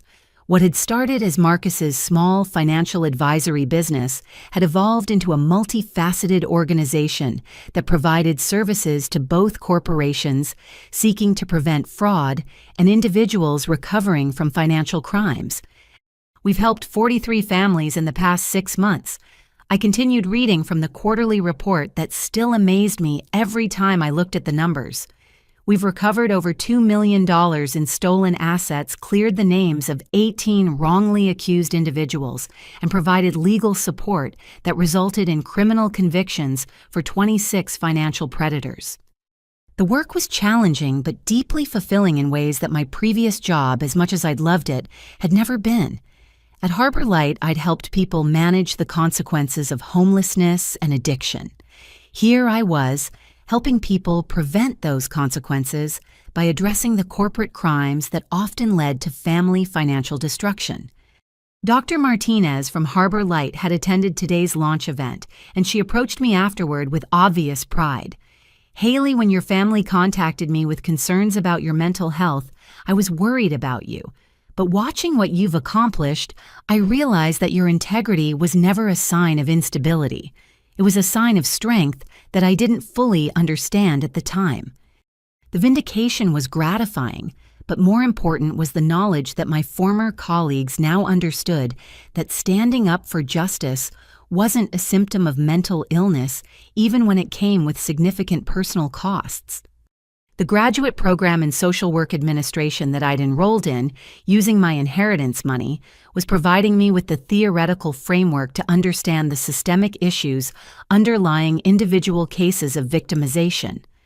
My professors often used our consulting firm as a case study in innovative approaches to social justice advocacy. "You've created something unique," Professor Williams had told me during a recent class discussion. "Most victim advocacy focuses on emotional support and immediate crisis intervention. Your model addresses the long-term systemic changes needed to prevent future victimization." The academic recognition was personally satisfying, but the real validation came from clients whose lives had been restored through our intervention. James Patterson, a 50-year-old accountant who'd been framed for embezzlement by his supervisor, stood up during the Q&A portion of today's presentation. "6 months ago, I was facing 15 years in prison for crimes I didn't commit. My wife was talking about divorce, my teenage son wouldn't speak to me, and I'd lost my house to legal fees." He paused, his voice thick with emotion. "Today, the real criminals are in prison. I have my job back, my family is healed, and my son is proud to tell people that his father fought for justice. None of that would have happened without the Thompson & Associates Justice Recovery Program." Stories like James's had become routine, but they never failed to move me. Each successful case represented not just individual justice, but a family preserved, children protected, and faith in the system restored. The financial independence that came with my inheritance and the consulting firm's success had given me something I'd never experienced before: the freedom to make choices based entirely on my values rather than my financial needs. I'd been able to purchase a beautiful house in the neighborhood where I'd always dreamed of living, but more importantly, I'd been able to establish a scholarship fund for students from low-income families who wanted to pursue careers in social justice advocacy. The Haley Sterling Scholarship for Social Justice had awarded its first grants last month, providing full tuition support for 6 students who demonstrated both academic excellence and commitment to serving marginalized populations. The scholarship recipients had sent me thank you letters that I kept in a special folder in my office. One in particular from Maria Santos, a first-generation college student who wanted to become a civil rights attorney, had moved me to tears. "You've shown me that sometimes losing everything you thought you wanted is how you discover everything you actually needed." As the launch event concluded and people began to leave, Marcus approached me with an expression of serious gratitude. "Haley, I know we've talked about this before, but I need to say it again. You gave me my life back. You gave my children their father back. You gave my wife her husband back." His words were kind, but I'd come to understand that the gift had been mutual. "Marcus, you gave me the opportunity to discover what I was actually capable of accomplishing. You believed in my integrity when my own family didn't." Rebecca joined our conversation, her own transformation evident in the confidence and peace that radiated from her now. "Haley, the children ask about you constantly. They want to know if they can visit your new house, if they can help with the scholarship program, if there's any way they can give back to someone who saved their family." The idea of being a positive influence in the lives of children who'd experienced trauma and recovery was deeply appealing. I'd love to have them involved. Maybe they could help with our financial literacy workshops for teenage victims of family fraud. The suggestion sparked immediate enthusiasm from both Marcus and Rebecca. Their children's experience with false accusations and financial stress had given them insights that could help other young people navigate similar challenges.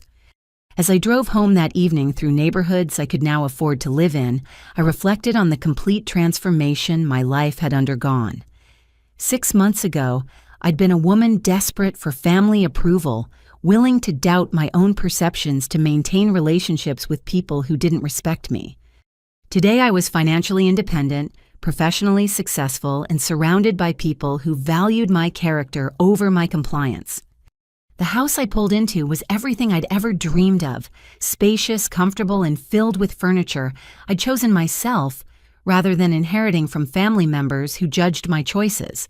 But more than the material improvements it represented, something profound, a life built on my own terms, funded by honest work, and dedicated to principles that I would never again compromise.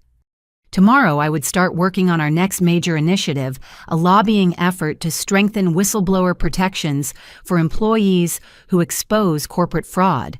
The legislation would be named the Marcus Thompson Whistleblower Protection Act, ensuring that future victims would have legal safeguards when they chose to do the right thing.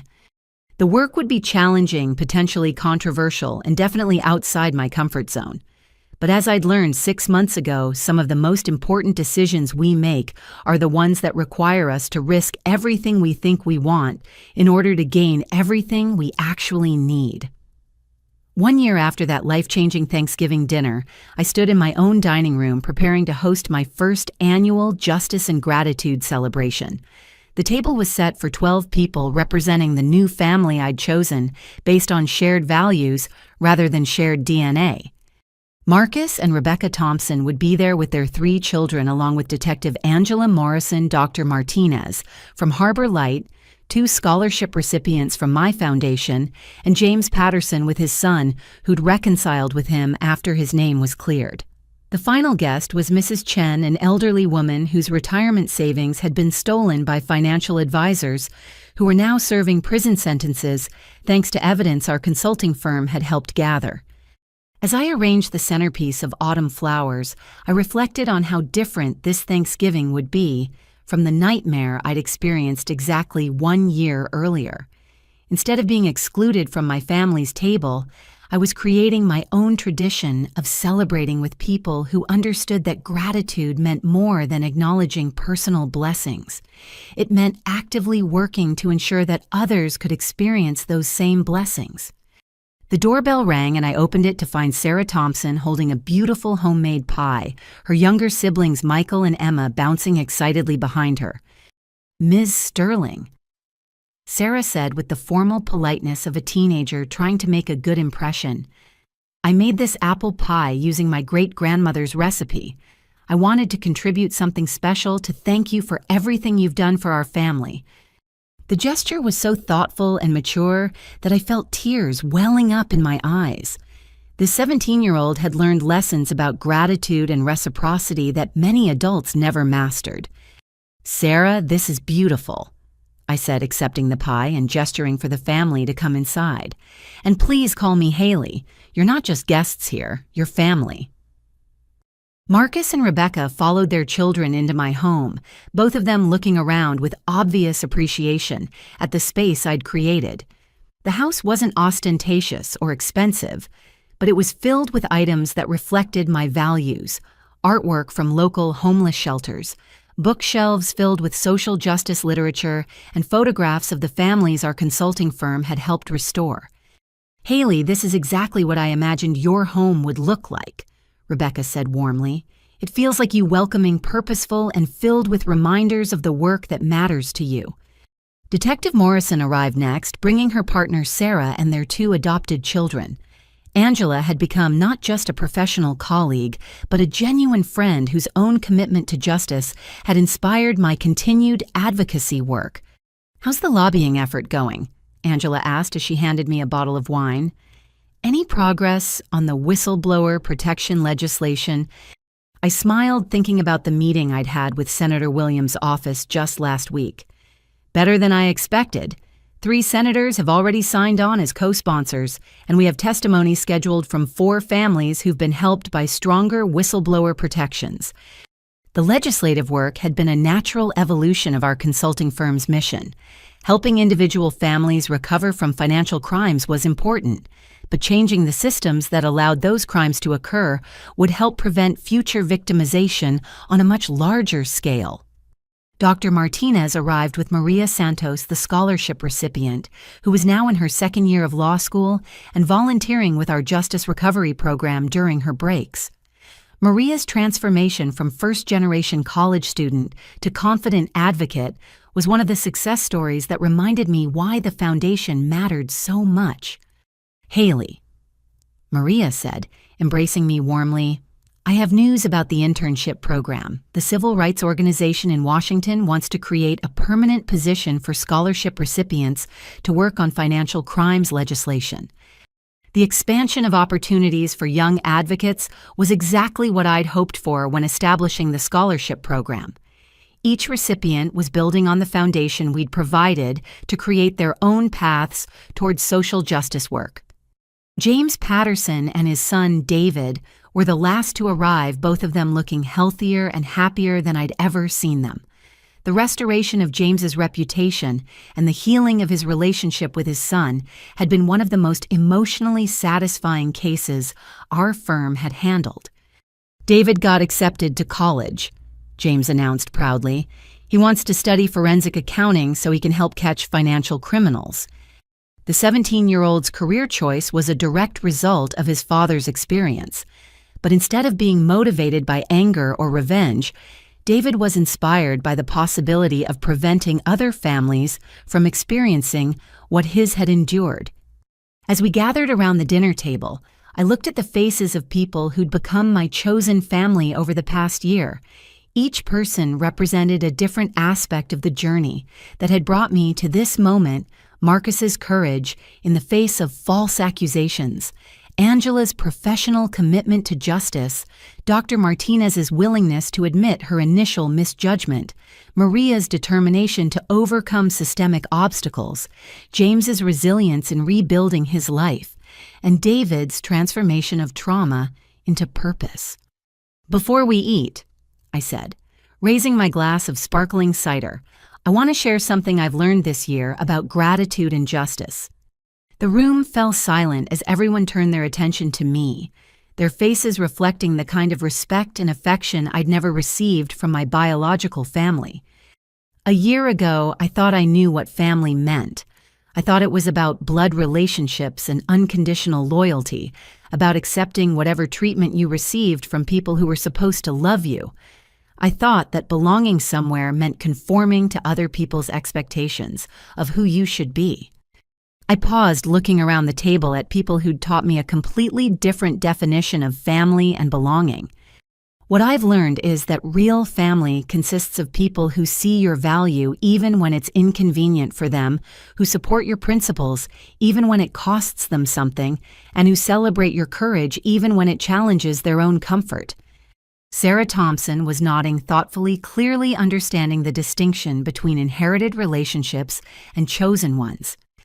I've also learned that gratitude isn't just about appreciating what you have. It's about using what you have to make sure other people can experience the same blessings. It's about transforming your own good fortune into opportunities for others who are still struggling.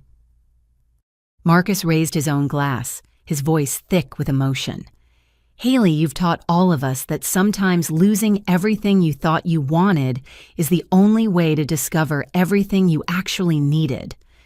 And, Rebecca added, you've shown us that the people who try to diminish your light are usually afraid of how brightly you're capable of shining. As we shared the meal that evening, the conversation flowed between personal updates, professional achievements, and dreams for the future. Sarah Thompson talked about her plans to study criminal justice, while Michael shared his idea for a youth program that would teach financial literacy to prevent future victimization. Little Emma, now 9 years old and completely recovered from the trauma of her father's false accusations, announced that she wanted to be just like Miss Haley when she grew up helping families who were in trouble. Dr. Martinez shared news about policy changes at Harbor Light that had been inspired by my advocacy work creating better support systems for clients who were victims of financial crimes in addition to homelessness. Detective Morrison talked about the federal task force she'd been asked to join, focusing specifically on financial crimes that targeted working-class families and communities of color. As the evening wound down and guests began to leave, Marcus lingered behind to help with cleanup and to have a private conversation. "Haley," he said as we loaded dishes into the dishwasher, "I need you to know something. The person you became this year isn't someone who emerged because of the crisis you faced. That person was always there. The crisis just gave her permission to come forward." His words resonated deeply with something I'd been thinking about recently. I think you're right. I think I spent so many years trying to earn approval from people who were never going to value what I had to offer that I forgot what I was actually capable of accomplishing. "And now?" Marcus asked with a knowing smile. I looked around the kitchen of my own home filled with evidence of the life I'd built based on my own values and supported by people who genuinely respected me. Now I know that the right people will appreciate your light without requiring you to dim it for their comfort. And I know that the most important approval you can ever receive is your own. As Marcus and his family said their final goodbyes, I stood in my doorway watching their car pull away, reflecting on the complete transformation my life had undergone. A year ago, I'd been a woman so desperate for family acceptance that I'd been willing to doubt my own moral clarity. Tonight, I was a financially independent advocate whose work had helped dozens of families and whose example had inspired young people to pursue careers in social justice. The difference wasn't just in my external circumstances. The difference was in my understanding of my own worth and my willingness to build a life that reflected my actual values rather than other people's expectations. Before closing the door, I took one last look at the neighborhood that had once seemed impossibly beyond my reach. Now it was simply home, a place I'd earned through honest work surrounded by people I'd chosen based on character rather than obligation. Tomorrow I would continue the work of helping families recover from financial victimization. I would mentor scholarship recipients who were building their own paths toward advocacy. I would lobby for legislative changes that would protect future whistleblowers and strengthen penalties for white-collar criminals. But tonight I was simply grateful. Grateful for the grandmother who'd protected me even after death. Grateful for the courage I'd found when everything was on the line. Grateful for the family I'd chosen and who had chosen me in return. Most of all, I was grateful for the lesson that had changed everything. Sometimes the people who hurt you most deeply are inadvertently guiding you toward your greatest purpose, and sometimes losing everything you thought you needed is the only way to discover everything you were meant to become. The real success in life isn't measured by the approval of people who don't understand your worth. It's measured by the positive impact you have on people whose lives are made better because you chose courage over comfort, justice, over convenience and integrity, over acceptance. As I turned off the lights and headed upstairs to my own bedroom in my own house, I realized that I'd finally found what I'd been searching for my entire adult life, a place where I belonged completely, exactly as I was. Have you ever had to choose between family loyalty and doing what you knew was right? Have you experienced a situation where standing up for justice cost you relationships with people you loved? I'd love to hear your thoughts and experiences in the comments below. If this story resonated with you, please consider liking this video to help others find it. And if you believe in the importance of standing up for what's right even when it's difficult, please subscribe to hear more stories about courage, justice, and finding the strength to do the right thing. Finally, please share this story with someone who might need to hear that their worth isn't determined by other people's approval, and that sometimes the most important family is the one you choose for yourself. Thank you for listening to Haley's journey, and remember, your integrity is worth more than anyone's approval, and the people who truly belong in your life will celebrate your courage, not punish you for it. Until next time, may you always have the strength to choose what's right over what's easy.